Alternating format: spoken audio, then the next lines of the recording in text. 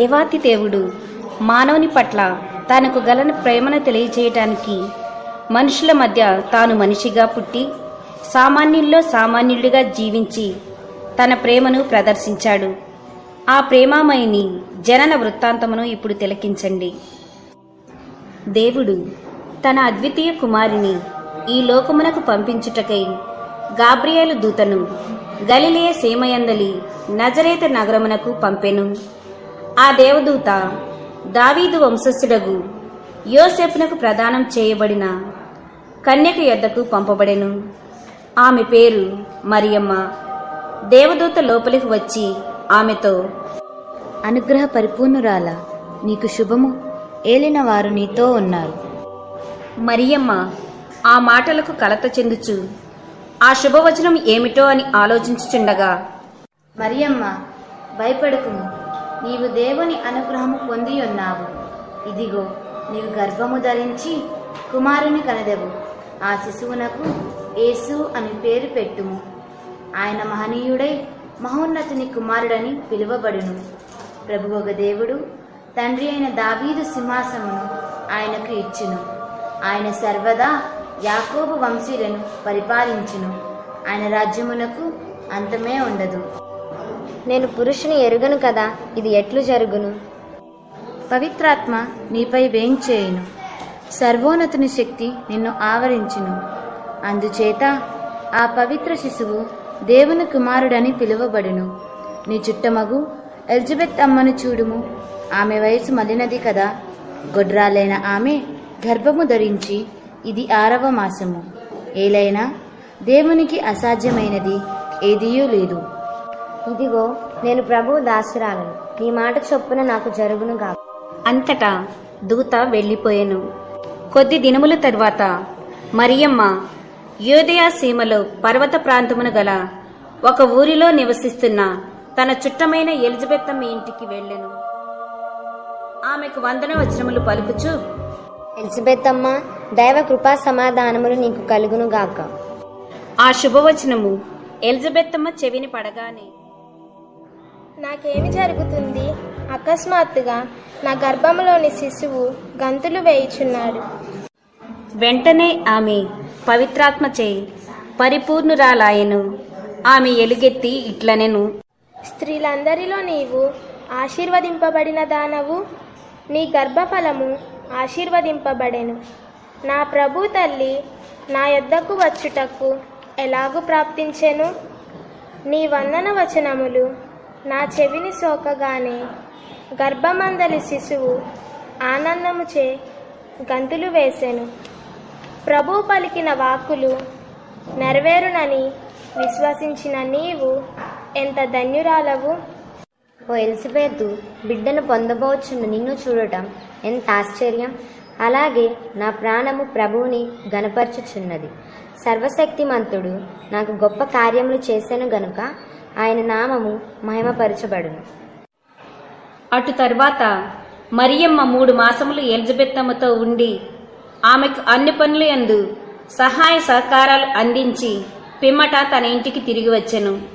మరియమ్మ గర్భవతి అని తెలుసుకున్న యోసేపు కలత చెందెను.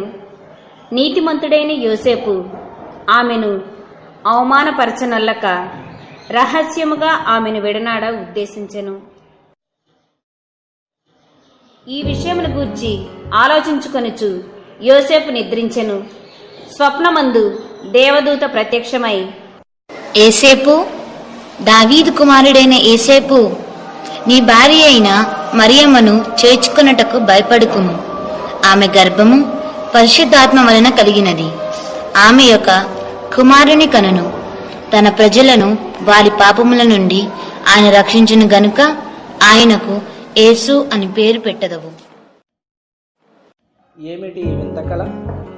అనుమానము లేదు, దేవుడు తన దూత ద్వారా మాట్లాడాడు. నేను దేవదూత ఆజ్ఞాపించినట్లు మరియమ్మను నా భార్యగా చేర్చుకొనిదెను. ఆమె లోకరక్షకునికి జన్మనిచ్చు సమయమునందు నేను ఆమెకు తోడుగా ఉంటాను. కొన్ని నెలల తర్వాత కైసరు చక్రవర్తి తన రాజ్యంలోని ప్రజలందరినీ తమ తమ జన్మస్థానానికి వెళ్లి తమ పేర్లను నమోదు చేయించుకోమని ఆజ్ఞ ఇచ్చారు.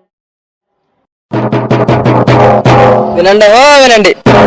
ఇందు మూలంగా 50 మంది ప్రజానికాన్ని తెలియజేయమనగా మన రాజ్యంలో ఉన్న ప్రతి ఒక్కరూ తమ తమ పట్టణాలకు వెళ్లి తమ తమ పేరు నమోదు చేయవలసిందిగా మన రాజ్యాంగ కైసర్ చక్రవర్తి గారి ఆజ్ఞ. నేను దావీదు కుటుంబానికి చెందినవాడను. నా స్వస్థలము బెత్లెహేము. నేను కూడా వెళ్ళి జనాభా లెక్కలు వ్రాయించుకోవాలి. మరియా మరియా ఏమిటండి? మరియా, రాజుగారి ఆజ్ఞ ప్రకారం మనము కూడా బెత్లెహేము వెళ్ళి మన పేర్లను వ్రాయించుకోవాలి. నీవేమో నిండు గర్భవతివి. ఇప్పుడు ఏం చేద్దాం? పర్వాలేదు, నేను కూడా వస్తాను. మనకు ఆ దేవాతి దేవుడే దారి చూపిస్తాడు. ఇలా మరియా యోసేపులు బెత్లెహేమునకు బయలుదేరి వెళ్ళిరి. బెత్లెహేములో మరియమ్మకు ప్రసవ వేదన మొదలయ్యను. అప్పుడు మరియా యోసేపుతో, ఇంక నేను నడవలేను. మనం బస చేయుటకు స్థలము దొరుకునేమో చూడుము. ఈ ఇంట్లో ఉందేమో ప్రయత్నించుదాం. అయ్యా, ఈమె నా భార్య మరియా. ఈమెకు ప్రసవ దినములు నిండాయి. ఈమె కొరకు ఎక్కడైనా స్థలము దొరుకుతుందా? లేదయ్యా, లేదు. మా ఇంట్లో బంధువులు ఉన్నారు.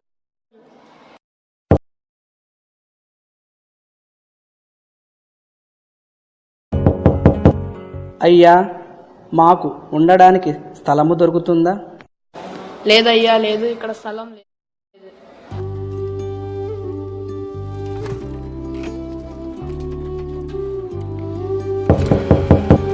అయ్యా, మాకు ఉండడానికి స్థలము దొరుకుతుందా? అయ్యా, క్షమించండి. మా ఇల్లు జనం చేత నిండిపోయింది. మీకిక్కడ స్థలం దొరకదు. కానీ పశువుల పాకాలో కొద్దిపాటి స్థలం ఉంది. అక్కడ ఉండగలరా? ధన్యవాదములు.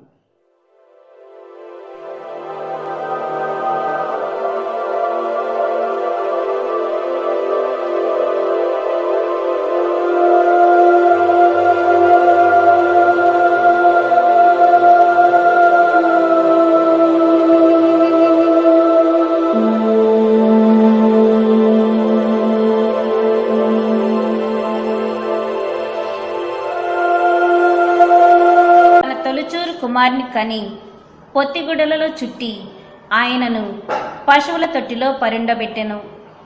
బెత్లెహేములోని పొలములో కొంతమంది గొర్రెల కాపరులు రాత్రివేళ తమ మందను కాచుకొనుచు ఆడుతూ పాడుతూ ఉండిరి. అబ్బా, బాగా చలిగా ఉంది. చలిమంట వేసుకుంటే బాగుంటుందేమో. ఒరే పెద్దోడా, చిన్నోడా, కొన్ని పుల్లలను వేరుకొని రండ్రా. చలిమంట కాచుకొని బువ్వ తిని తలా కాసేపు మందని కాద్దాం.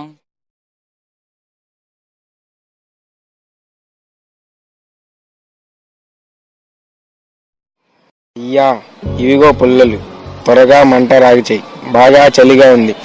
అబ్బా చలి, అమ్మా చలి. ఏ పెద్దోడా, త్వరగా బువ్వ తిని మందని కాయ్. తలా కాసేపు మందని కాద్దాం. అలాగే అయ్యా. వారు నిద్రించుచుండగా ప్రభుదూత వారి వద్దకు వచ్చి నిలిచెను. తాత దెయ్యం తాత, దెయ్యం. ఏమా వెలుగయ్యా? భయపడుకుడి. ఇదిగో ప్రజలందరికీ కలువబోవు మహా సంతోషకరమైన సువార్తమానం నేను మీకు తెలియజేయుచున్నాను. సువార్తమానమా? ఏంటయ్యా అది? దావీదు పట్టణమున నేడు రక్షకుడు మీ కొరకు పుట్టియున్నాడు. ఈయన ప్రభువైన క్రీస్తు. దానికివే మీకు ఆనవాళ్లు. ఒక శిశువు పొత్తిగుడ్డలతో చుట్టబడి పశువుల తొట్టెలో పండుకొని ఉండుట మీరు చూచెదరు. వెంటనే పరలోక సైన్య సమూహము ఆ దూతతో కూడా చేరి సర్వోన్నతమైన స్థలములలో దేవునికి మహిమయు ఆయనకిష్టులైన మనుషులకు భూమి మీద సమాధానము కలుగునుగాక అని దేవునికి స్తోత్రం చేసిరి. రండి, మన రక్షకుడు పుట్టారంట. వెళ్ళి చూసి వద్దాం. తాత, మన రక్షకుడు కానుగ్గా మనము గొర్రె పిల్లని తీసుకువెళ్దామా? అలాగే రా మనోడా. ఇలా గొల్లలు తమ రక్షకుడిని ఆరాధించటానికి బయలుదేరి వెళ్ళిరి. ప్రభుయేసు పుట్టినప్పుడు ఆకాశంలో వెలిసిన నక్షత్రాన్ని తూర్పు దేశపు జ్ఞానులు చూసి ఆ నక్షత్రం యూదుల రాజు యొక్క పుట్టుకకు సంకేతంగా గుర్తించి యెరూషలేములో ఎక్కడ జన్మించారో వెళ్ళి కొలుతము అని వారు యెరూషలేమునకు వచ్చిరి. యూదులకు రాజుగా పుట్టిన వారు ఎక్కడ ఉన్నారు? ఆయన నక్షత్రము మా దేశంలో ప్రత్యక్షం కావడం మేము చూశాము. ఏంటి మెస్సయ్య వచ్చాడా? అసాధ్యము. మేము యెరూషలేములో ఉన్నాము, కానీ ఎవరు కూడా ఈ విషయాన్ని వినలేదు. అట్లయినా మనం ఈ దేశపు రాజు వద్దకు పోయి సమాచారం సేకరించము. రాజస్థానములో రాజాది రాజా రాజమార్తాండ హేరోదు మహారాజు గారు ఏం చేస్తున్నారా? ఓ అక్కడ చిత్తం ప్రభు. ఏమిటి రోజు విశేషములు? ప్రభు, తమ దర్శనార్థమై తూర్పు దేశపు జ్ఞానులు వేంచేసి ఉన్నారు. జ్ఞానుల? తూర్పు దేశపు జ్ఞానుల? ప్రవేశపెట్టుము. హేరోదు మహారాజుకు జయము. హేరోదు మహారాజుకు జయము. ఆసీనుల కండి మీరాగకు యూదులకు రాజుగా జన్మించిన శిశువు ఎక్కడ? ఆయన నక్షత్రాన్ని తూర్పు దిక్కున చూసి ఆరాధించవచ్చింది. యూదుల రాజా, ధర్మశాస్త్ర బోధకులారా, యూదుల రాజు ఎచ్చట జన్మించెను? మెస్సయ్య తప్పకుండా రాజైన దావీదు వంశం నుండి వచ్చునని ధర్మశాస్త్రం చెప్పుచున్నది. మరియు రాజైన దావీదు బెత్లెహేం నుండి వచ్చాడు, కాబట్టి మెస్సయ్య బెత్లెహేం నుండి పుట్టాడు. విషయం తెలుసుకుని హేరోదు రాజు జ్ఞానుల వద్దకు వచ్చి, మంచి సమాచారము తెలిపితిరి. మీరు వెళ్లి ఆ శిశువు జాడను జాగ్రత్తగా విచారించి నాకు తెలియచేయండి. నేను కూడా వెళ్లి ఆయనను ఆరాధింతును. అట్లనే రాజా, మేము వెళ్ళి తిరిగి సమాచారం తీసుకువస్తాము. రాజు మాటలను ఆలకించి ఆ జ్ఞానులు వెళ్ళిపోయిరి. తూర్పు దిక్కున వారు చూసిన నక్షత్రము మరలా కనిపించి వారికి మార్గదర్శిని అయి ఆ శిశువు ఉన్న స్థలము పైకి వచ్చి నిలిచెను. అంతట వారు పశువుల పాకలోకి ప్రవేశించి తల్లి మరియమ్మను శిశువును చూసి సాష్టాంగపడి ఆరాధించిరి. పిదప వారు తమ సంచులను విప్పి ఆ శిశువునకు బంగారము, సాంబ్రాణి, పరిమళ ద్రవ్యమును కానుకలుగా సమర్పించిరి.